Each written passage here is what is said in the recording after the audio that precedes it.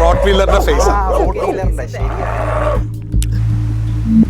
UK-ൽ പലതരത്തിലുള്ള മലയാളികൾ ഉണ്ടെങ്കിലും ഇങ്ങനെ ഒരു മലയാളീനെ ഞാൻ അങ്ങനെ കണ്ടിട്ടില്ല.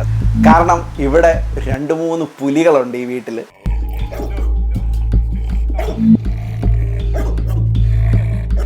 ഇതിൻ്റെ ഓണർ ഒരു പുലിയാണ്. അദ്ദേഹത്തിൻ്റെ പത്നിയെ ഇന്ന് നമ്മൾ കാണാൻ പോവാണ്. Let's introduce Sherin. ഗമാലിലായിരുന്നു, പിന്നെ അത് കഴിഞ്ഞിട്ട് ദുബായിൽ കുറച്ചാൾ വർക്ക് ചെയ്തിട്ടുണ്ടായിരുന്നു. എമിറേറ്റ്സിൽ ഫ്ലൈറ്റ് കാറ്ററിംഗ് ഇല്ല അവിടുത്തെ, അവിടെ കുറച്ച് വന്നിട്ടായിരുന്നു. അത് കഴിഞ്ഞിട്ടാണ് ഇപ്പോൾ UK-ലേക്ക് വന്നത്. UK-ലേക്ക് ഞാൻ സ്റ്റുഡൻ്റ് ആയിട്ട് വന്നത്. സ്റ്റുഡൻ്റ് ആയിട്ട് വന്നു, പിന്നെ അവിടുന്ന് തുഴഞ്ഞ് ഇവിടെ നിൽക്കുന്നു. ചിക്കു എന്നാണ് ഒറിജിനൽ പേര്? അത് തന്നെയാണ് ഒറിജിനൽ പേര്. ആണോ? പണ്ട് ശാലിനിയും ബേബി ശാലിനിയൊക്കെ ഉണ്ടായിരുന്ന കാലത്ത് അതൊരു ട്രെൻഡ് ആയതുകൊണ്ട് വീട്ടുകാർ അങ്ങനെ വിട്ടുപോയി.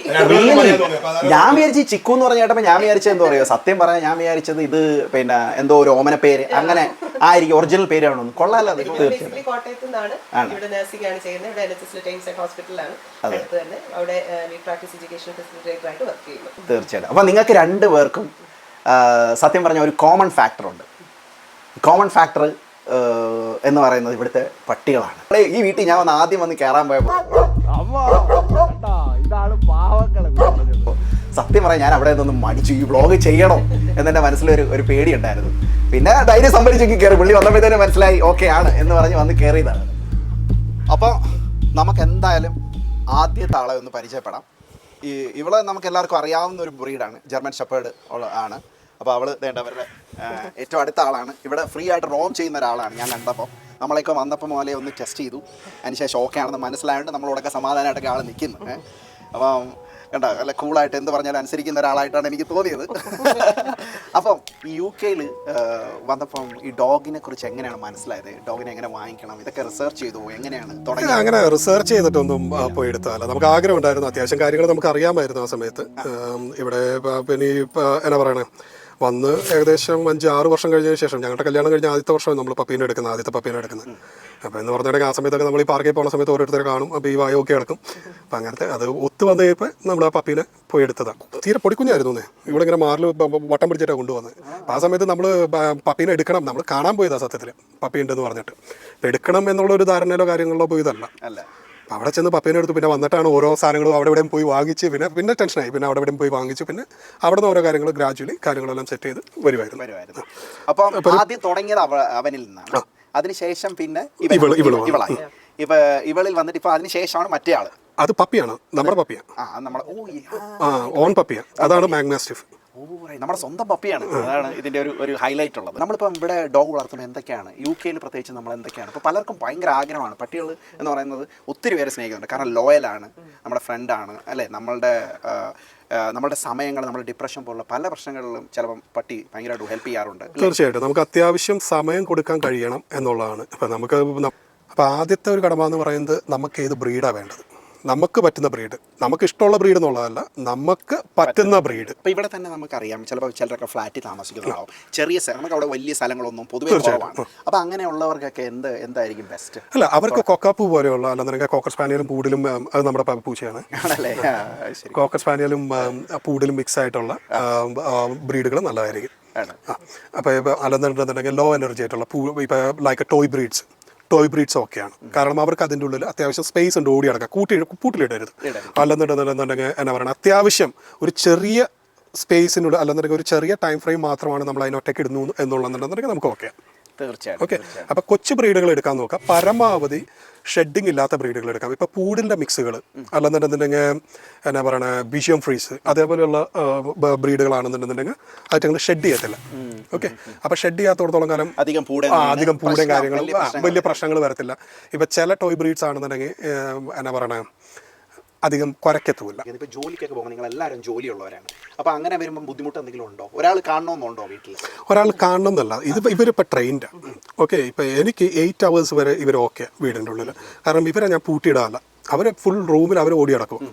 ഓക്കെ. അപ്പോൾ അവരെ പൂട്ടിയിട്ടല്ലെന്നുണ്ടെങ്കിൽ കൂടിൻ്റെ ഉള്ളിലിട്ടിട്ടല്ല നമ്മൾ പോകുന്നത്. അവർ വീടിൻ്റെ ഉള്ളിലെല്ലാം ഓടി നടക്കും. അത്യാവശ്യം എക്സസൈസും കാര്യങ്ങളും ഉണ്ട്, അവർ തമ്മിൽ കളിക്കും, അത്യാവശ്യം പരിപാടികളെല്ലാം നടക്കും. പക്ഷേ എന്നാ പറയണേ, അത് എല്ലായിടത്തും നടക്കണം എന്നില്ല. അപ്പം നമുക്ക് ഇപ്പം അത്യാവശ്യം വീടിൻ്റെ ബാക്കിൽ സൗകര്യമുള്ളവരാണ് എന്നുണ്ടെന്നുണ്ടെങ്കിൽ വീടിൻ്റെ ബാക്കിലിട്ട് വളർത്താം അവർക്ക്, നാട്ടിലെ പോലെ തന്നെ. അതിനൊന്നും റെസ്ട്രിക്ഷൻ ഇല്ല. ആസ് ലോങ് ആസ് ഇപ്പം നമ്മൾ ആ പട്ടിക്ക് ഇൻസുലേറ്റഡ് ആയിട്ടുള്ള ഒരു ഹോം കൊടുക്കുകയാണെന്നുണ്ടെന്നുണ്ടെങ്കിൽ അതാണ് ഇവിടുത്തെ നിയമം. നമുക്ക് വീടിൻ്റെ അകത്ത് തന്നെ ഇടണമെന്ന് ഒരു നിർബന്ധമില്ല. പക്ഷേ പുറത്തിട്ട് വളർത്തുന്ന പട്ടിക്ക് എത്രത്തോളം ലോയൽറ്റി വരും എന്നുള്ളത് കണ്ടറിയേണ്ടത്. നമ്മളും അവരും തമ്മിലുള്ള ഇന്ററാക്ഷൻ ആണ് ലോയൽറ്റിയുടെ ബേസ്. എന്തെങ്കിലും നമുക്ക് ഇപ്പോൾ പട്ടിയെ വാങ്ങിക്കുന്നതിന് റെഗുലേഷനോ അങ്ങനെ എന്തെങ്കിലും കാര്യങ്ങളുണ്ടോ? അങ്ങനെയില്ല. നമ്മൾ മെയിൻ ആയിട്ടും ചെയ്യേണ്ട നമുക്ക് 2 രീതിയിൽ വാങ്ങാം. ഒന്ന് നമുക്ക് റെസ്ക്യൂ ആയിട്ട് എവിടെയെങ്കിലും പോയി ഷെൽട്ടറിൽ നിന്ന് എടുക്കാം, ഇല്ലെങ്കിൽ നമുക്ക് ഡയറക്റ്റ് ബ്രീഡേഴ്സിൻ്റെ നിന്ന് പപ്പീസിനെ എടുക്കാം. അപ്പം നമ്മൾ ഒതന്റിക് ആയിട്ടുള്ള ബ്രീഡേഴ്സിനെ അപ്രോച്ച് ചെയ്യണമെന്ന് മെയിനായിട്ടും പറയുന്നത്. നമ്മൾ അത് നമുക്ക് ഒത്തിരി ഇപ്പം ലൈസൻസ് ഉള്ളവരായിരിക്കും, കൗൺസിൽ ലൈസൻസ് ഉള്ളവരായിരിക്കും ബ്രീഡ് ചെയ്യുന്നവർ. ഇപ്പം നമുക്ക് ഇപ്പം നമ്മൾ just pets for sale in UK എന്ന് പറഞ്ഞ് കൊടുത്തു കഴിഞ്ഞാൽ ഇഷ്ടം പോലെ കിട്ടും. പ്രൈവറ്റ് ആയിട്ട് ബ്രീഡ് ചെയ്യുന്നവർ അല്ലെങ്കിൽ പ്രോപ്പറായിട്ട് ഇപ്പോൾ ഗംട്രി അങ്ങനെയുള്ള വെബ്സൈറ്റ്സിലൊക്കെ ഒരുപാടുണ്ടാവും. എത്രത്തോളം അവർ ജെനുവിൻ ആയിട്ട് ചെയ്യുമ്പോൾ അവർ എവിടെന്നെങ്കിലും മോഷ്ടിച്ചുകൊണ്ട് വന്നിട്ട് വിൽക്കുന്നതാണോ നമുക്ക് ഒന്നും അറിയില്ല. അപ്പം മെയിനായിട്ട് മേക്ക് ഷുവർ ചെയ്യുക നിങ്ങൾ അവിടെ ചെന്ന് കഴിയുമ്പോൾ അതിന്റെ പാരന്റ്സിനെ രണ്ടിനെയും കാണും. പാരന്റ്സിനെ എപ്പോഴും കാണും. ഓക്കെ, അതിന്റെ മെയിലിലും കാണണമെന്ന് പറയാം, ഫീമെയിലിലും കാണണം. കാണുമ്പോൾ ഗുണം എന്താണ്? നമുക്ക് അതിന്റെ ക്യാരക്ടർ അറിയാം. കാരണം വളർന്നു വരുമ്പോൾ ആ പപ്പി എന്തായാലും ഇവരുടെ ഫീച്ചേഴ്സ് എന്തായാലും അതാണ് ഇതിന്റെ ഒരു കോർ എലമെന്റ്. മെന്റൽ സ്റ്റെബിലിറ്റി അതേപോലെയുള്ള കാര്യങ്ങൾ നമുക്ക് പപ്പിനെ കണ്ടു കഴിഞ്ഞാൽ ഒത്തിരി അഗ്രസീവ് ആയിട്ടുള്ള, അല്ലെന്നുണ്ടെങ്കിൽ അതിന്റെ തളരെ കണ്ടു കഴിയുമ്പോൾ അതിന്റെ ഇപ്പൊ തളരെ കണ്ടു കഴിഞ്ഞാൽ അതിന്റെ ബാക്ക് പ്രശ്നമുള്ളതാണോ, ഹിപ്പിന് പ്രശ്നമുള്ളതാണോ, അത് നടക്കുമ്പോൾ അല്ലെന്നുണ്ടെങ്കിൽ ചാടുമ്പോൾ നമുക്കറിയാം. ഓക്കെ, അപ്പോൾ അതേപോലെയുള്ള ഒരുപാട് ഫാക്ടേഴ്സ് നമുക്ക് അതിനകത്ത് നിന്ന് നമുക്ക് കാണാൻ പറ്റും. ഒരു ചോദ്യം കൂടെ, ഇപ്പൊ നമ്മളിപ്പോ ഇവിടെ വാങ്ങിച്ചുകൊണ്ടിരുമ്പോൾ എന്തെങ്കിലും റെഗുലേഷൻ ഉണ്ടോ UK-ൽ? നമ്മളിങ്ങനെ മൈക്രോചിപ്ഡ് ആയിരിക്കണം. അത് ആദ്യം തന്നെ നമ്മൾ പട്ടീനെ എടുക്കുമ്പോൾ അത് മൈക്രോചിപ്ഡ് ആയിരിക്കണം. അതേപോലെ വാക്സിനേറ്റഡ് ആയിരിക്കണം. അതിപ്പോഴും ഞാൻ കണ്ടുവരുന്ന ഒരു കാര്യം എന്ന് പറഞ്ഞിട്ടുണ്ടെങ്കിൽ ആദ്യത്തെ വാക്സിൻ കഴിഞ്ഞ് 2ാമത്തെ വാക്സിൻ നിങ്ങൾ എടുത്തോളാൻ പറഞ്ഞിട്ടാണ് കൊടുക്കുന്നത്. സത്യത്തിൽ അതല്ല ചെയ്യാവുന്നത്. ഓക്കെ, ബോത്ത് വാക്സിൻസ് കഴിഞ്ഞ് ഒരാഴ്ചയോളം കഴിഞ്ഞിട്ട് വേണം നമ്മൾ പപ്പിനെ പോയി എടുക്കാൻ. അപ്പോൾ ഏകദേശം 11ാമത്തെ ആഴ്ച വേണം നമ്മൾ പപ്പിനെ എടുക്കുമ്പോൾ. നമ്മൾ പപ്പിനെ കൊടുക്കുമ്പോൾ അങ്ങനെയാണ്. ഞാൻ 2 കാരണം ഓരോ വാക്സിൻ എടുക്കുമ്പോഴും ആ പപ്പിയുടെ എന്നാ പറയുക ഇമ്മ്യൂണിറ്റി കുറയുക. അപ്പോൾ ആ സമയത്ത് എന്ന് പറഞ്ഞാൽ ഏറ്റവും നല്ലത് അമ്മയുടെ കൂടെ നിൽക്കുക എന്നുള്ളതാണ്. അമ്മയുടെ പാല് കുടിച്ച് അമ്മയുടെ കൂടെ നിൽക്കുക എന്നുള്ളത്. അപ്പോൾ എന്ന് പറഞ്ഞിട്ടുണ്ടെങ്കിൽ ഇപ്പോൾ 2ാമത്തെ വാക്സിനേഷൻ കഴിഞ്ഞ് കഴിയുമ്പോൾ അത് ഫുള്ള് റെഡി ആവത്തുള്ളൂ. ഇവിടുത്തെ പുറത്തുനിന്നുള്ള അല്ലെന്നുണ്ടെങ്കിൽ കനൽ കഫ് അപ്പോൾ എടുക്കത്തില്ല. ബാക്കിയുള്ള ഇതിനോട് അത് ആദ്യത്തെ 2ാമത്തെ വാക്സിനേഷൻ കഴിഞ്ഞ് 4 ദിവസത്തോളം കഴിയണം അതിൻ്റെ ഇമ്മ്യൂണിറ്റി ബാക്ക് ടു നോർമലിലേക്ക് വരാൻ വേണ്ടിയിട്ട്. അത് നോർമലി ഇപ്പം നല്ല ബ്രീഡേഴ്സിൻ്റെ അടുത്ത് നമ്മൾ പോയി എടുക്കുകയാണെന്നുണ്ടെങ്കിൽ അവർ എപ്പോഴും പറയും 2ാമത്തെ വാക്സിനേഷൻ കഴിഞ്ഞിട്ടേ നമ്മൾ തരത്തുള്ളൂ. അപ്പോൾ 2 വാക്സിനേഷൻ കഴിയണം. അതിൻ്റെ ഹെൽത്ത് സർട്ടിഫിക്കറ്റ് അവർ ഹെൽത്ത് ചെക്ക് ചെയ്യും. ഹെൽത്തിൻ്റെ മിക്ക ബ്രീഡേഴ്സ് എന്ന് പറഞ്ഞിട്ടുണ്ടെങ്കിൽ വെറ്റിനറി സർട്ടിഫിക്കറ്റ് അവർ തരും, അതായത് ഹെൽത്തി ഓക്കെ ആണെന്നുള്ളത്. ഇപ്പം ചില ബ്രീഡുകൾ ലൈക്ക് പുതിയ ജർമ്മൻ ഷെപ്പേർഡ്സ് അതേപോലെയുള്ള സാധനങ്ങൾ എടുക്കുന്ന സമയത്ത് അവരുടെ അമ്മേനെ അല്ലെന്നുണ്ടെങ്കിൽ അവരുടെ പാരൻസിൻ്റെ ബോൺ സ്ട്രക്ചർ ചെക്ക് ചെയ്തതിൻ്റെ സർട്ടിഫിക്കറ്റ് അവർ കാണിക്കും. അപ്പോൾ അതുപോലെ തന്നെ ഇന്റർ ബ്രീഡിംഗ് എന്നൊക്കെ പറയുന്ന ഒരു സംഭവം. ഇൻബ്രീഡിങ്, അത് ബ്രീഡിംഗ് എന്ന് പറഞ്ഞിട്ടുണ്ടെങ്കിൽ ഇപ്പോൾ അത് ഒരേ ലിറ്ററിൽ നിന്ന് തന്നെ അങ്ങോട്ടും ഇങ്ങോട്ടും ബ്രീഡ് ചെയ്യുന്നത്. ഇപ്പം നമ്മൾ പറയത്തില്ലേ, നമ്മൾ എന്നാ പറയണേ, ആരെയും ഒഫൻഡ് ചെയ്യാൻ പറയുന്നതല്ല. ഇപ്പോൾ ചില എന്നാ പറയണേ, ഇപ്പം നമ്മൾ സ്വന്തം വീട്ടിൽ നിന്ന് തന്നെ എന്നാ പറയുക സ്വന്തം അനീതിനെ കെട്ടാന്നൊക്കെ പറയുമല്ലേ. അത് ജനറ്റിക്കൽ ഇഷ്യൂസ്, ഒത്തിരി ജനറ്റിക്കൽ ഇഷ്യൂസ്, ഹെൽത്ത് ഇഷ്യൂസ് അത് നമ്മൾ ശ്രദ്ധിക്കേണ്ടതുണ്ട്.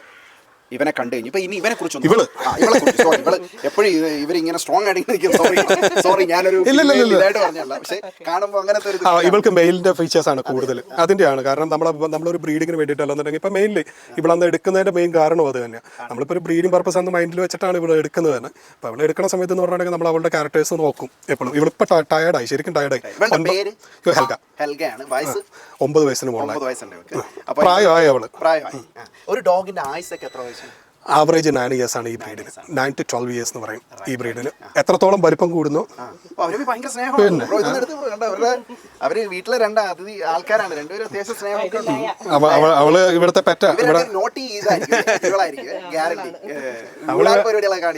അവള് ഇവിടെ വന്നിരുന്നുണ്ടെന്നുണ്ടെങ്കിൽ കോളേജിൽ പോകണ സകല പിള്ളേർ ഇവിടെ വന്ന് ഫോട്ടോ എടുത്തിട്ട് പോകും. അവളിവിടുത്തെ സെലിബ്രിറ്റി അല്ലല്ല, നോർമൽ ക്യാറ്റ്.